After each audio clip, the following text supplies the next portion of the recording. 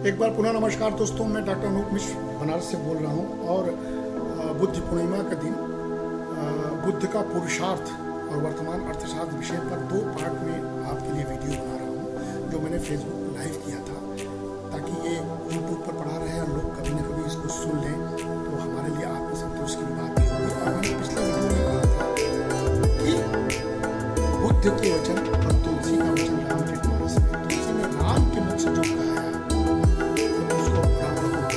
किस रावण को, जो शिव का ही सबसे बड़ा भक्त था, जो परम ज्ञानी था, जो वेद और संस्कृत का बहुत प्रकांड विद्वान था, ज्ञाता था, जिसको साम वेद में निपुण था, शिव तांडव, विदिशा तंत्र और प्रतिष्ठा कामधेनु जैसे कृतियों जिसने रचना की थी, सारे वेदों का ज्ञानी महान पंडित, उस रावण को मारने के पीछे क्या था? वो ज्ञान प्राप्त करने के बाद भी महाअभिमानी हो गया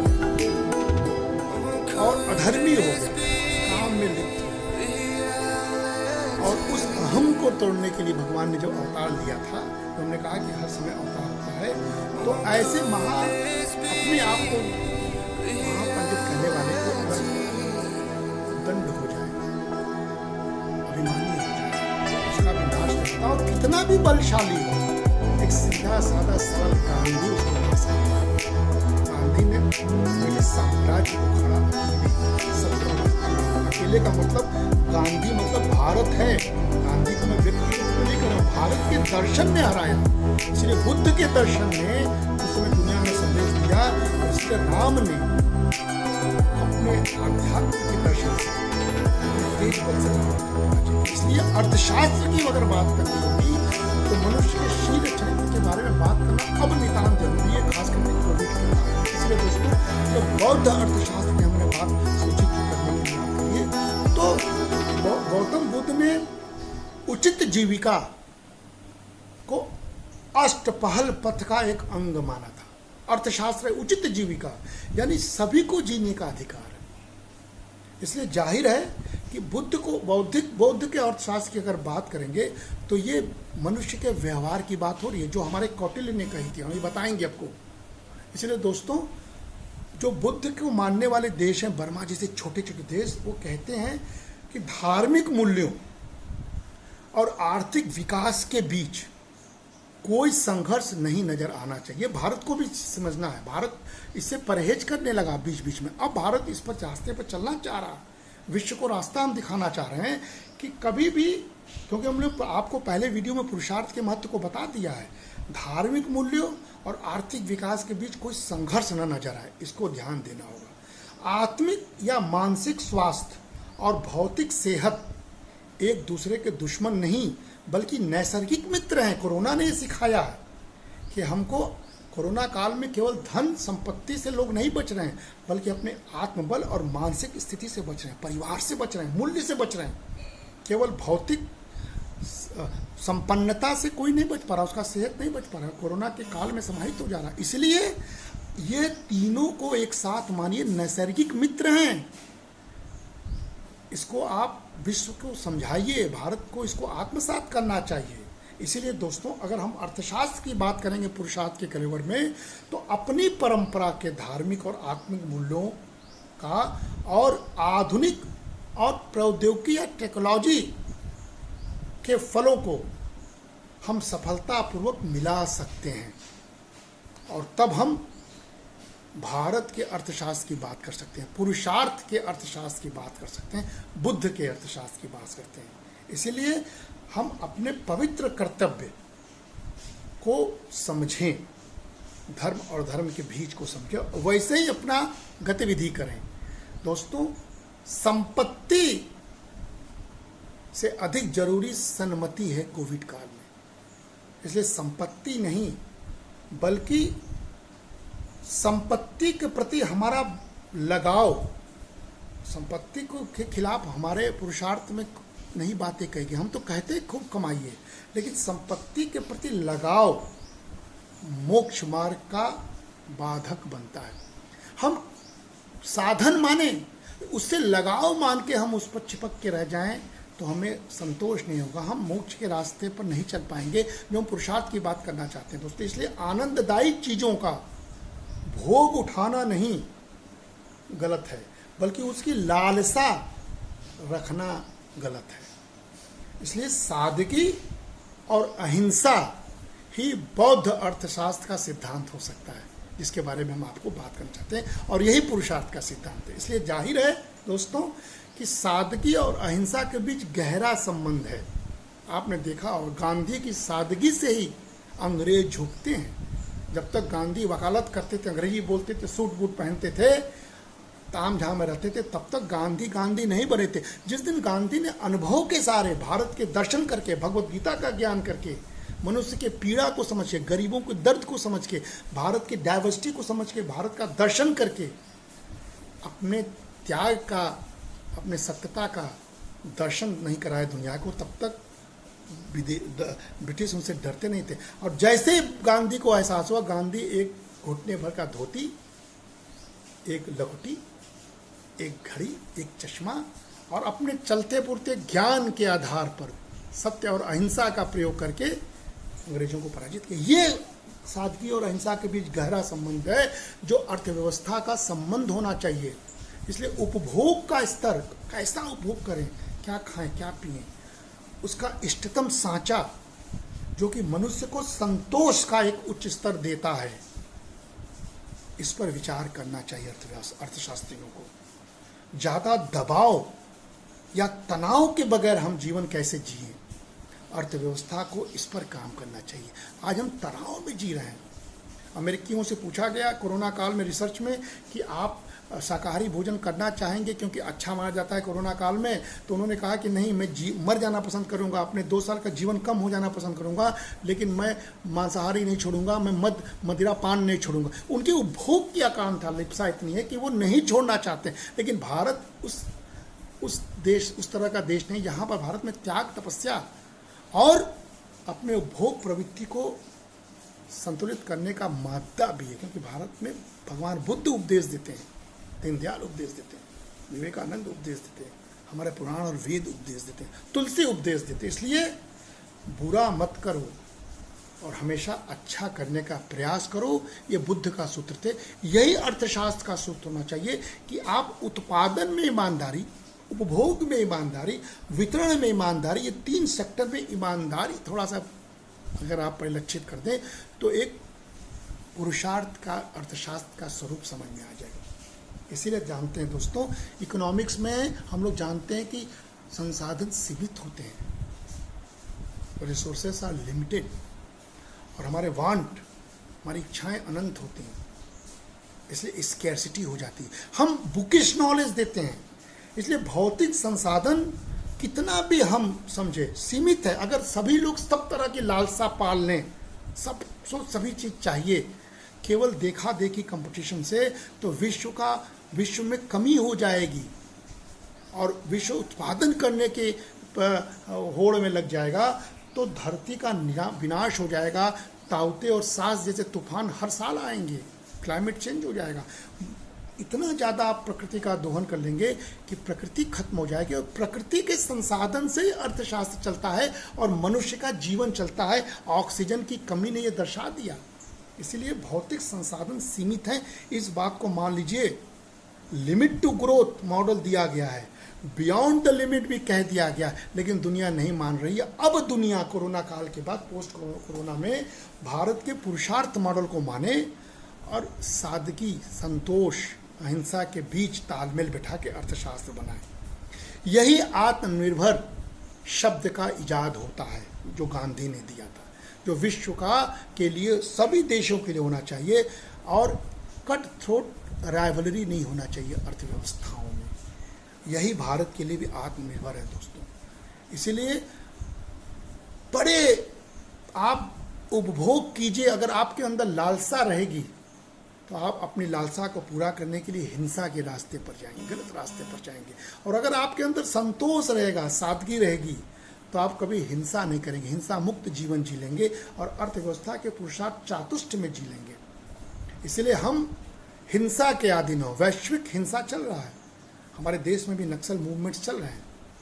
हम व्यापार को सबसे बड़ा हथियार मान रहे हैं। उस निर्भरता को कम करना चाहिए और हमारे बौद्धिक अर्थशास्त्र, बौद्ध अर्थशास्त्र या पुरुषार्थ के अर्थशास्त्र के हिसाब से स्थानीय संसाधनों से स्थानीय जरूरतों के लिए उत्पादन कैसे हो, आर्थिक जीवन को तर्कसंगत या उचित शैली कैसे प्रदान करे, इस पर हमको बात करना चाहिए। और हम बहुत धन्यवाद देते हैं अपने देश के प्रधानमंत्री को, जिन्होंने वोकल फॉर लोकल शब्द का इजाद करके इस सनातन व्यवस्था को पुनर्जीवित किया जो बुद्ध के मुख से निकला था। हम स्थानीय संसाधनों का समुचित प्रयोग करें और अपने जीवन को, शैली को बदलें, तर्कसंगत बनाएं, तब उसी हिसाब से उपभोग बढ़ेगा और स्थानीय उत्पादन बढ़ेंगे और लोगों को रोजगार आदि मिलेगा, हमारे अर्थव्यवस्था का उत्थान होगा। हम आयात पर निर्भर होकर सिर्फ लोगों को उपभोग करने की प्रवृत्ति को न बढ़ा, एस्पिरेशन को उतना रूप न दें। गांधी भी इससे बचते थे, ताकि हम अपनी वस्तुओं को, अच्छी वस्तुओं का निर्यात करने के लिए प्रेरित हों। जो इम्पोर्ट सब्स्टिट्यूशन शब्द है, वो अगर हम आत्मनिर्भर नहीं होंगे तो हम निर्यात उन्मुख नहीं देश हो पाएंगे। अभी हम आयात मुक्त देश अगर हो जाएंगे तो हम आने वाले समय में ऋण के जाल में भी फंस सकते हैं, संसाधनों के जाल में फंस सकते हैं, विदेशियों के जाल में फंस सकते हैं, उनके उपभोक्तावादी संस्कृति के जाल में फंस सकते हैं, जो शनै शनै हम फंसते चले गए, जिसका परिणाम कोविड में शहरों में होने वाले इम्यूनिटी की कमी है, अब मृत्यु का होना है। इसलिए दोस्तों, हमें कैसी सेवाएं, कैसा खर्च, कैसी अर्थव्यवस्था चाहिए, ये हमको इस दृष्टि से बात करने का वक्त है, क्योंकि हमारा टॉपिक है बुद्ध का पुरुषार्थ और वर्तमान अर्थशास्त्र। इसलिए दोस्तों, बुद्ध ने या हमारे महापुरुषों ने या हमारे सनातन धर्म में श्रम को बहुत महत्व दिया। गीता में भी हमारे कर्म को महत्व दिया और श्रम और कर्म में बटा नहीं। इसलिए किसी भी काम करने वाले, किसी भी प्रकार के काम करने वालों के प्रति आदर भाव रखना चाहिए। छोटा बड़ा कोई काम नहीं होता, सब अपने अपने दायित्वों के प्रति अपने अपने योग्यता अनुसार काम करते हैं, सब आदरणीय है। इसलिए इंसान को अपनी योग्यता का इस्तेमाल करने और उसको विकसित करने का भरपूर मौका देना ही अर्थशास्त्र है। ये हमारे देश में इस बात को सोचना चाहिए। जो व्यक्ति जिसके अनुकूल है उसको पूरा मौका दीजिए, उसके मौके को बाधित मत कीजिए।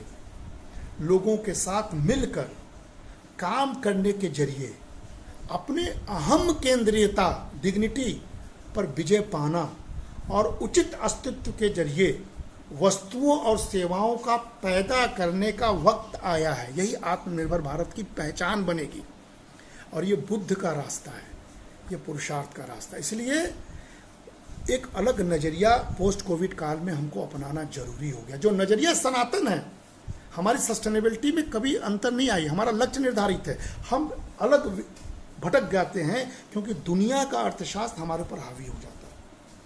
इसलिए परिणाम दुनिया का हर 100 साल पर इस तरह का महाविपदा होता है। 1918 में जब सार्स आया था, उसमें 5 करोड़ लोग मरे थे, अभी तो हम 35-36 लाख ही मरे हैं।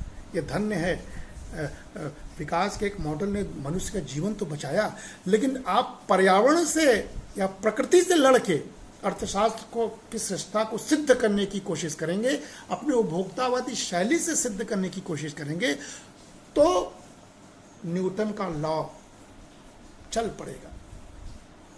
अगर आप एक्शन करेंगे प्रकृति के खिलाफ, तो प्रकृति दोहरे गति से आपके खिलाफ एक्शन करेगी और हम कईयों का जान हर 100 साल पर जाता रहता है। इसको सीखना पड़ेगा।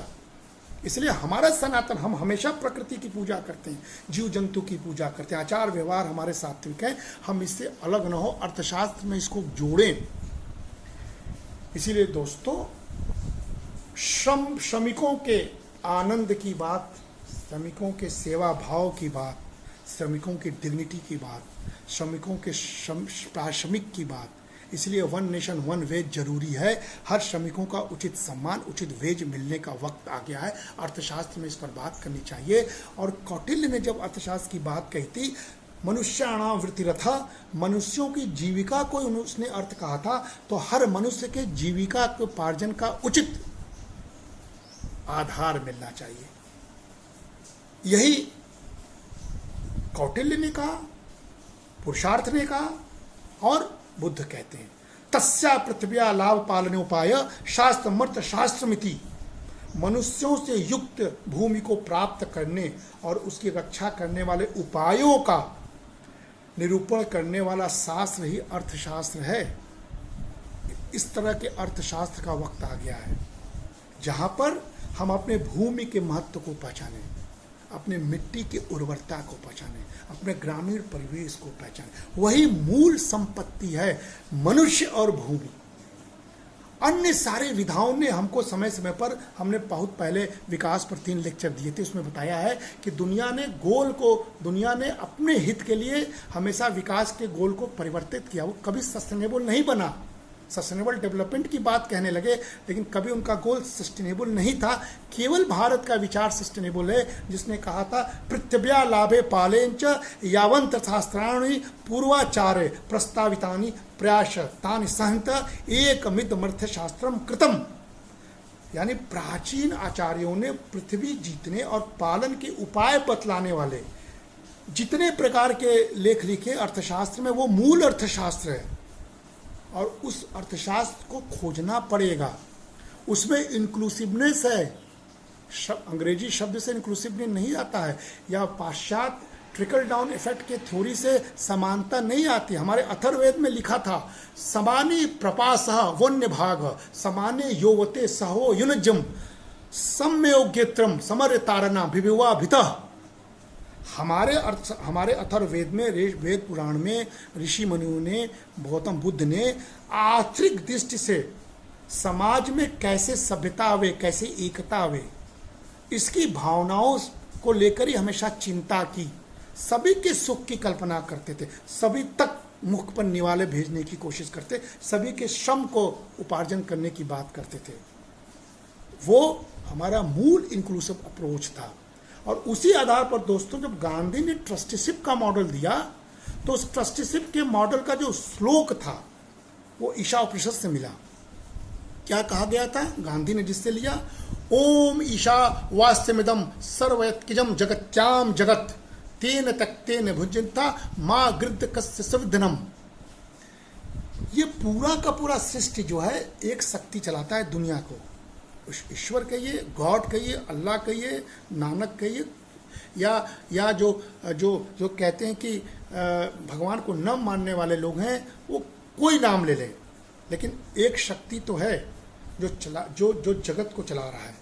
हमारे आप से नहीं होता। उसी सृष्टि में विज्ञान प्रवेश करके चीज़ों को निकाल रहा है और उसी सृष्टि को आध्यात्म महसूस करके अपने जीवन शैली को चलाता है। इसलिए ईश्वर इस सृष्टि के कण कण में व्याप्त है। जड़ चेतन, राई से लेकर पहाड़ तक, सभी में उसका विस्तार, हम ये मानते हैं, और सभी ईश्वर स्वरूप हैं। इसलिए हमको चाहिए कि इस सृष्टि का उपभोग जिसको कहते हैं अर्थशास्त्र, निष्काम भाव से परमात्मा का अंश समझते हुए करें। पृथ्वी पर मौजूद, यानी पर्यावरण की बात हो रही है, सारी धन संपदा, जल हो, वायु हो, वनस्पति हो, भूगर्भ में खनिज पदार्थ हो, सोना हो, चांदी हो, हीरा हो, वो किसी का नहीं है। इसलिए उसका उपभोग निरासक्ति भाव से करना चाहिए। उस पर अपना अधिकार मत जमाइए। ये इसी से ट्रस्टीशिप का सिद्धांत आया है। और इसके प्रमुख आयाम के रूप में जब गांधी ने बात किया, तो इसी ट्रस्टीशिप के सिद्धांत पर सत्य, अहिंसा, स्वावलंबन और न्यासिता का सिद्धांत आज भी प्रासंगिक है दोस्तों। इसलिए गांधी प्रासंगिक है, बुद्ध प्रासंगिक है। और जो पूंजीवाद और मार्क्सवाद के बीच में जो संघर्ष हमने देखा है, और दोनों ही दो ध्रुव हैं, दोनों ही संघर्ष का रास्ता है। उस संघर्ष के रास्ते के बीच का हमारा जो मेन रास्ता है वो पुरुषार्थ का रास्ता है। इसमें हम ट्रस्टीशिप की बात करते हैं। इसीलिए इसी हमारे पुरुषार्थ के अर्थशास्त्र पर, बुद्ध के अर्थशास्त्र पर, ये आधार पर विश्व की शांति, विश्व में न्याय और आर्थिक समानता के लक्ष्य को वास्तव में पूरा कर सकते हैं। दुनिया विश्व को बांट दी है, ग्लोबलाइजेशन ने विश्व को बांट दिया। ग्लोबलाइजेशन के जनक डिसकंटेंट ऑफ ग्लोबलाइजेशन लिख देते हैं, स्टिग्लिट्ज़ छोड़ देते हैं उसको। वो दुनिया को विभेदित कर देते हैं। आज दुनिया कोरोना काल में बढ़ जा रही है, कोविड को लेके पेटेंट पर बात कर रही है। इसलिए इस तथ्यों को हमारे भारत में समझना पड़ेगा। इसलिए ऊंचा नीचा का समतलीकरण, आर्थिक समानता अहिंसक स्वाधीनता की सबसे बड़ी कुंजी है। और आर्थिक समानता के लिए कार्य करने का मतलब होता है पूंजी और श्रम के अंतहीन संघर्ष का उन्मूलन। पूंजी और श्रम के बीच में संघर्ष मत होने दीजिए, नक्सल मत बनने दीजिए, आतंकवादी मत बनने दीजिए। इसका अर्थ है एक और तो मुट्ठी भर जो धनवानों के स्तर को नीचे लाना, जिनके हाथ में राष्ट्र की अधिकांश संपदा केंद्रित है, और दूसरी ओर आधा पेट भोजन पर जीवन निर्वाह करने वाले लाखों करोड़ों लोगों के स्तर को ऊपर उठाना है। ये मॉडल होना चाहिए। इसीलिए ट्रस्टीशिप जरूरी है। कोरोना काल में हमारे देश के उद्योगपति काम कर रहे हैं, इसीलिए धनवानों को चाहिए, बड़े बड़े वचन बोलने वालों को चाहिए, बड़े बड़े विकसित देशों को चाहिए कि विकासशील देशों की मदद करें, वहाँ पर फ्री वैक्सीन पहुँचाएं, वहाँ पर दवा पहुँचाएं कोरोना काल में। तब आपके कल्याणकारी अर्थशास्त्र का दर्शन होगा। नहीं तो भारत से सीखिए कि भारत ने अपनी आलोचनाओं, प्रधानमंत्री अपनी आलोचनाओं को सहा, लेकिन विश्व को जब वैक्सीन चाहिए था, दवा चाहिए था, तो भारत ने कितने देशों को दवा और वैक्सीन दी थी। और उसका आज डेमोक्रेसी में भारत आलोचना भी सरा, लेकिन भारत अपने मूल स्वभाव से परे नहीं हटा। ये हमारा अर्थशास्त्र है दोस्तों, और यही स्पिरिचुअलिटी का अर्थशास्त्र है, जिसमें तेन तकते न भुंजता कहते हैं। और कहा गया है शतहस्त समाहर सहस्त्रहत संकिरह। ये हमारे अथर्ववेद में कहा गया कि ऐसा अर्थशास्त्र जिसमें हम 100 हाथों से धन अर्जित करें, लेकिन 1000 हाथों से बांटें। और यही हमारे पंडित दीनदयाल ने एकात्म मानववाद के रूप में कहा था, जिसमें कहा था कि मनुष्य अकेला नहीं है, राष्ट्र की एक चित्त होती है। यही एकात्मवादी संस्कृति है, जहाँ एक ऐसा समग्र जीवन दर्शन जिसमें शरीर, मन, बुद्धि, आत्मा, व्यक्ति, समाज, राष्ट्र और विश्व तथा अर्थ, धर्म, काम और मोक्ष सभी की युगपद सिद्धि संभव हो सके। मनुष्य केवल एक व्यक्ति मात्र नहीं है, हम इकोनॉमिक मैन नहीं है, बल्कि मनुष्य के अंदर शरीर, मन, बुद्धि और आत्मा का समुच्चय है। इसलिए मनुष्य दूसरे के बारे में सोचता है, ठीक है। और व्यक्ति केवल एक वचन नहीं है, व्यक्ति मैं नहीं हूं, हम हैं, सीमित नहीं है, उसका बहुवचन हम है, जो सबसे संबंध रखता है। इसलिए हम रिश्तेदारी, परिवार पर संबंध रखते हैं। हमारा अर्थशास्त्र परिवार का अर्थशास्त्र। इसलिए दोस्तों, आज के भोगवादी अर्थशास्त्र में हम एक तीसरा रास्ता देते हैं, पुरुषार्थ का अर्थशास्त्र को प्रयोग कीजिए। आज हम फिर से कहते हैं, पंडित दीनदयाल उपाध्याय ने पाश्चात्य जीवन रचना, जो सेकेंडरी रचना थी, जिसमें हम इकोनॉमिक मैन की कल्पना थी, उससे इतर हटकर हम सनातन जीवन रचना की बात करें, जो अखंड मंडलाकार रचना है, जिसमें किसी के साथ कोई संघर्ष नहीं है, और हम सबके कल्याण के बारे में सोचते हैं, और हम अर्थायाम करते हैं, जहाँ न अर्थ का प्रभाव हो न अर्थ का अभाव हो। कोई अपने अर्थ के प्रभाव से किसी को नीचा न दिखाए, न कोई अर्थ के अभाव में भूखमरी के शिकार हो जाए। ऐसी अर्थव्यवस्था का कल्पना करते हुए हम एक नए अर्थव्यवस्था की बात करें, जो प्रोफेसर जेके मेहता ने भी जब कहा था, तो यही कहा था कि आवश्यकता विहीनता के लक्ष्य को प्राप्त करने वाला अर्थशास्त्र सर्वश्रेष्ठ होता है, सनातन होता है। बहुत बहुत धन्यवाद। नमस्कार दोस्तों।